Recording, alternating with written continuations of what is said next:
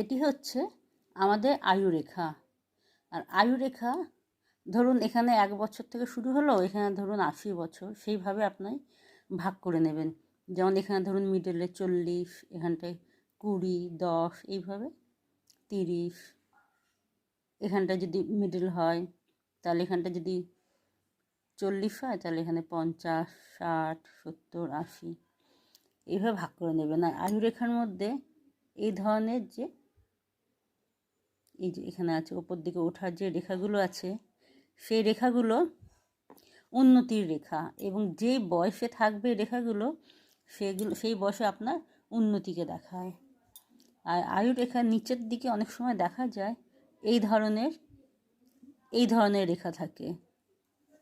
এই রেখাগুলো যেগুলো নিচের দিকে যাচ্ছে, এই রেখাগুলো বৃদ্ধ বয়সে শরীর অসুস্থ থাকবে সেই জিনিসটাকে বোঝায়।